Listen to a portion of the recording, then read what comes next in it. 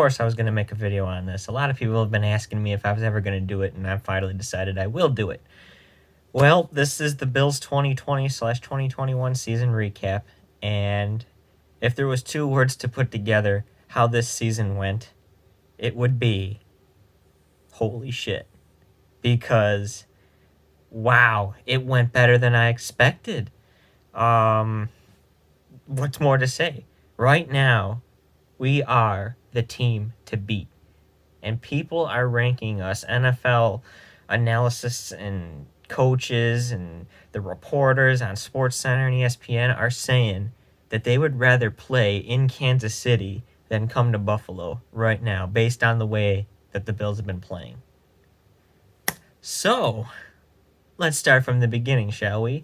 We opened up the season against the New York Jets, and I made a prediction video on the week 1 of the 2020 season, and I obviously picked the Bills to win, but I never made any more prediction videos after week 1.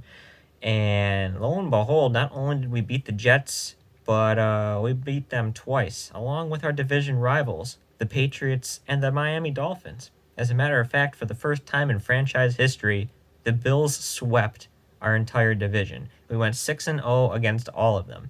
And I originally predicted the Bills would go 11-5. We went 13-3. Won the AFC East for the first time in 25 years and are the number 2 team in the AFC right now. Going into the playoffs, hosting a home playoff game against the Indianapolis Colts. Let's go. I am ready. Are you? Well, maybe not Colts fans, but I know Bills fans, like myself, obviously. They're my home team. I live here. The city's going to go insane if the unthinkable happens. And crossing my fingers, it's possible. It can happen. Josh Allen is definitely the MVP. So, anyways, 13-3. Let's talk about the 3 losses and how they affected the season. So the first loss was against the Tennessee Titans, and they got blown out like 46-16 or something like that. And that was a rescheduled game. Now, from what I think, and this is just my personal opinion, I mean, I'm 100% sure, obviously, a lot of you are going to have a different opinion about this, but if the schedules were never changed and delayed because the Titans had like half their players caught COVID-19, so they delayed the game. They wanted to push it back until everybody was healthy and good enough to play. So they did that, and the Bills had a Thursday night game the following week against the Kansas City Chiefs, and nobody was announcing whether or not the Bills would be playing the Titans, if that game was going to get canceled, postponed, or whatever, because the Chiefs were coming up. And I think it hit Sunday when they announced that the Bills and the Titans game was postponed yet again. And now we were thinking, oh, okay, well, we're probably going to move this later down the schedule. Let's get ready for the Chiefs on Thursday, because that's what they should have been doing anyways, right? No. As a matter of fact, they scheduled that game to be that Tuesday. And yeah, the Bills weren't ready for that at all. And that's why they lost. I think because they didn't know that they were going to play the Titans that week. They were looking forward to the Chiefs. They weren't prepared. They didn't know what was going on. I sure as hell didn't like it, obviously. It was the worst loss of the season. And that's what happened. They just screwed the schedule, and take it or leave it, but my opinion is going to stand. If they wouldn't have moved the schedule and made it that Tuesday game without anybody knowing, oh, hey, we're going to play the Titans tomorrow, actually. Oh, not the Chiefs? What are we doing with the Chiefs? They moved the Chiefs a week later on a Monday night at 5 o'clock p.m. Eastern, actually. So I don't know. It was strange. And because of that, schedule got mixed up. The Bills lost back-to-back games. They didn't get blown out by the Chiefs. They only lost, I think, by 7 or 8 points. It was closer than I thought it would be. I hoped it would be a close game, and thankfully it was. The Chiefs didn't blow out the Bills. They hung in there. And then after that loss to the Chiefs, the Bills went on a bye week, and that was hopefully to straighten everything up and then see if they came back swinging. And boy, did they come back swinging. They won 8 of their last 9 games. And the next loss that the Bills had was against the Arizona Cardinals. And we all know what happened. They won that game. Oh, yeah, the Cardinals won the game, but the Bills won the game. 30 seconds left, Josh Allen came in clutch and threw a touchdown pass to Stephon Diggs. Sealed it. The Bills were up 30. The Bills were up 30-28. 30 seconds left. Diggs caught the supposed game winner.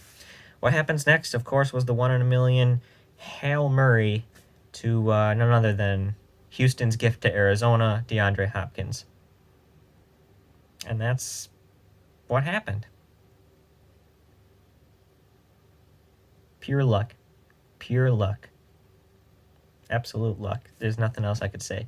So that's what happened with the Cardinals. And that was like it. I thought, there is no way the Bills are ever going to let that just haunt them the rest of the season. And thank God it didn't, because they went out. They won out the rest of the games after that. They beat the Steelers, who were the hottest team going into the week 12 because they were 11-0. Only undefeated team in there. Then Washington beat them. Surprise, surprise. That shocked a lot of people. So, Steelers were upset. They were pissed. They wanted a revenge game to prove that that was a fluke. They took on the Bills Sunday night in Buffalo. What happened? The Bills ran through them. Stephon Diggs crushed the Steelers defense. If you don't believe me, or you haven't seen the game, surely you should have seen the game. It was a national televised game. But go watch some highlights if you didn't see it. Diggs ran through the Steelers D. They had no chance. So, Steelers lost 2 games back-to-back since going 11-0. Now they're all of a sudden 11-2. Next week, they play Monday night at Cincinnati. What happens? The 2-4 Bengals, or not 2-4, geez. The 2 I want to say 10, or maybe that was their final win. I'm not too sure, but the Bengals went 4-10-1, I think, or 4-11-1, something like that. I'm not sure, but the Bengals beat the Steelers. 3 losses in a row. After going 11-0, they went 11-3 the next 3 weeks. I don't know what was going on, but Steelers eventually bounced back and got that win over the Colts after the Bengals with a little bit of help from penalties. Look at it how you want, but yeah, penalties is what cost the Colts the game against the Steelers. So, yeah, after that, the Bills went on a warpath after that Hail Murray. That changed everything, and they beat the Dolphins on Sunday. 10-6 Miami Dolphins. The AFC was stacked this year. The Cleveland Browns made the playoffs for the first time since 2002, and they get to play the Steelers again. I think Saturday night or Sunday night. Either or. It's one of the night games. So that'll be interesting. And yeah, poor Miami. 10-6, and they don't get to make the playoffs. Even with that 7th seed added, they still didn't make it. Such a shame. There's always next year, Miami. We'll be there. All right, so anyways, Bills versus Colts. Sunday at 1, the first playoff game again, because last year when they played Houston, they were the first playoff game of the year to kick it off. Wild card weekend, of course.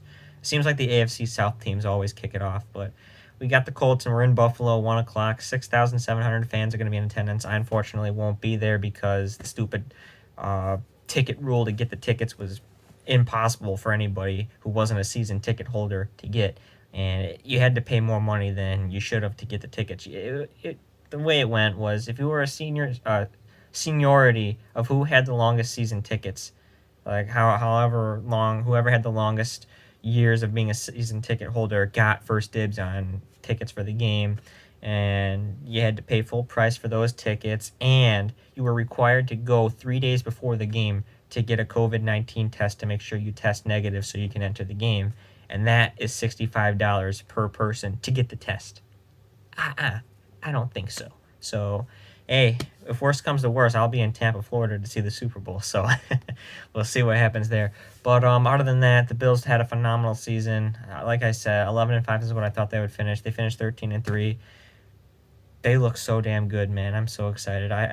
They just need to win this wild card game just to boost my confidence through the roof for the next 2 games against the divisional, whoever that would be. Pittsburgh, maybe, I don't know. And then what is supposedly everybody's picking the AFC Championship game, the Chiefs and the Bills. That is, unless Kansas City gets upset by Baltimore or Tennessee or Cleveland, even whoever wins.